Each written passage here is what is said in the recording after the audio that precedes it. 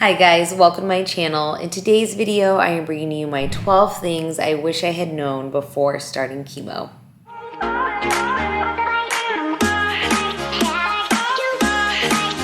Welcome. If you guys are new here, I'm Marina Blackford. I started this YouTube channel in March of 2020 to pay forward cancer tips and chemo tips for anybody going through cancer.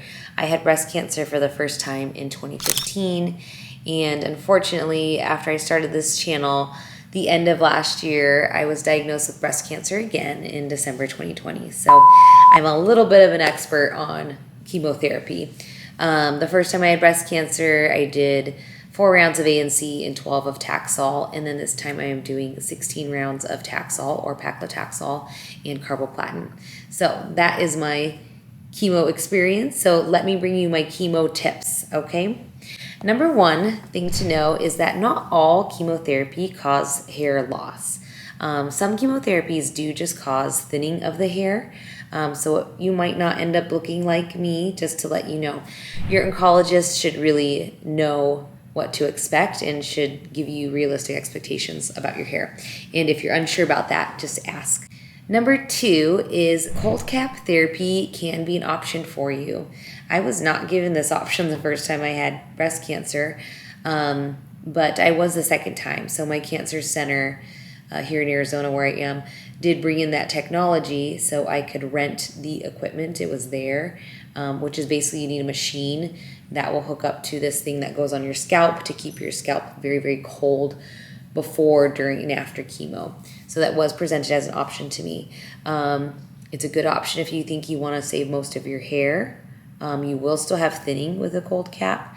There's a cost to it. You just have to weigh all the reasons why it may or may not work for you. Number 3 thing to know, you will lose other hair or stop growing other hair also. So not just the hair on your head. This includes everything from, wrote it down, your leg hair, which is a nice thing if you're a woman, by the way. Like, you don't have to shave your legs. By the way, stop your razor shipment if you do automatic shipment. Like, I put mine on pause because I don't need my razors right now. So remember to do that.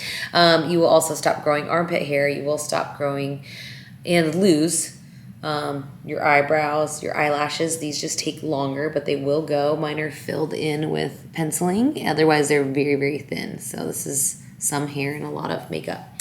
You will also lose your nose hair. So know that. And losing your nose hair can cause a lot of dryness and bloody nose. So use Aquaphor in your nostrils and a humidifier to help you sleep. So number 4, your nails may also be affected. This is not something that's really happened to me much personally. Maybe a little. The ends of the nails get a little bit whitish and brittle. Some people say their nails may even turn dark. 2 tips I've heard that can help is to wear nail polish during chemo. It may strengthen your nails, so if that's an option. Or also icing. Having your hands on ice or icing like I do during chemo may help your nails. Number 5 is neuropathy is a common side effect, and they usually go over this. This is just good to know and be prepared for. But neuropathy is the numbness or tingling in the hands and feet or extremities. Everybody can get it to varying levels. Some people get tingling and pain really bad. Some people get numbness more.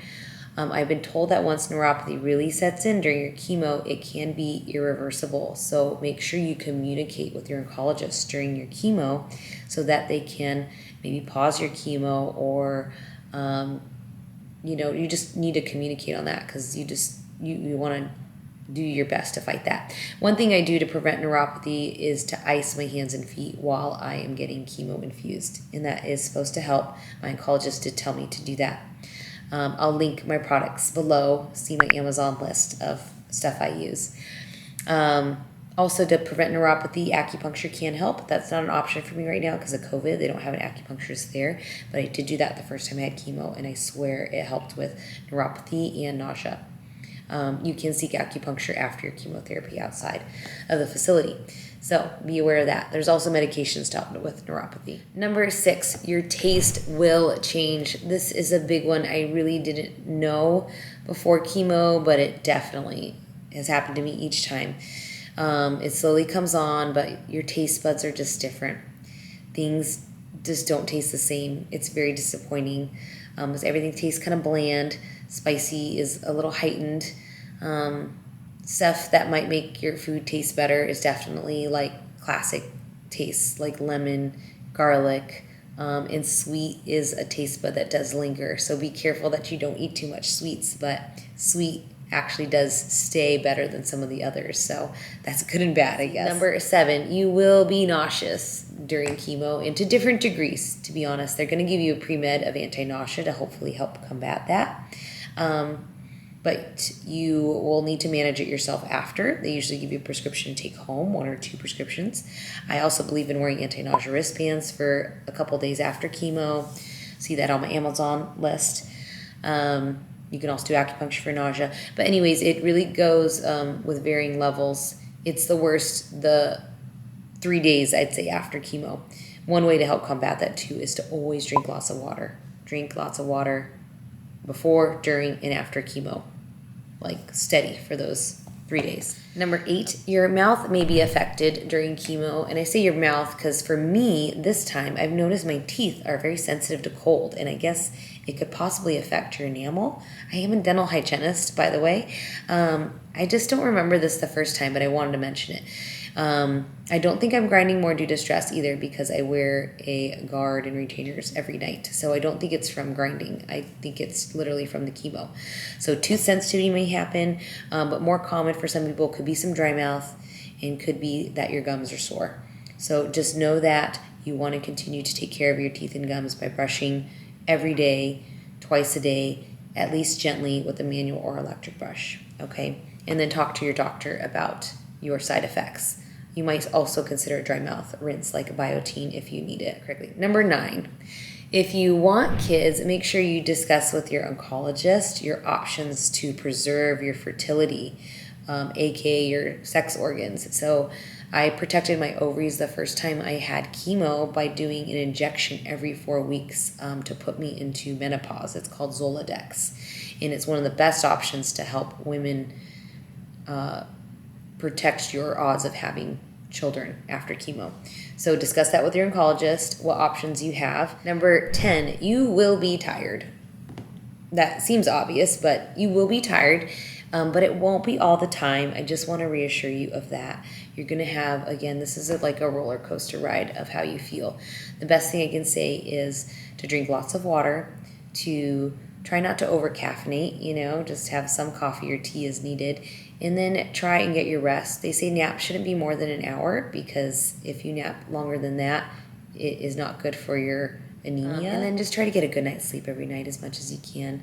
I also use essential oil a lot of times too, some lavender oil to help calm me to sleep. So consider using anything that might help relax you for sleeping. Number 10, you will be foggy or chemo brain. You will have that during chemo, and again, it comes and goes. For me, it seems to come on more, definitely day of chemo, definitely foggy when you get chemotherapy that day and the next, and then it kind of like gets better, and then it sneaks in again mid-week approaching chemo. It tends to sneak into me after I eat. I don't know if my metabolism or something is affecting it, but after I eat, I tend to notice I'm a little foggy, So just be aware of that. It can linger for a while, meaning it can linger for years after chemo, but, just do your best to stay mentally strong. Number 12, I just want to say this and put this out there, but you can live a pretty normal life during chemo. I don't know if it helps to hear this. I think it is possible. I think if you're used to working out, you can work out. Maybe not as strong as before, or at least not during chemo. The first time I had chemo, I did chemo, and then I had surgery, and then I ran the Boston Marathon 4 months after. So you can work out and you can get back to working out. That's it, guys. Those are the 12 things I wish I had known before starting chemo. I hope some of that helped. Please, leave me comments and feedback if you have any questions, if I can address it in further videos. I do post weekly videos. Some of it's about cancer, some of it's about mom life, some of it's just, day in the life. So please stay tuned for more of that. And thank you for being here. You can follow me on Instagram at Marina Blackford. And I will see you guys in the next video. Bye.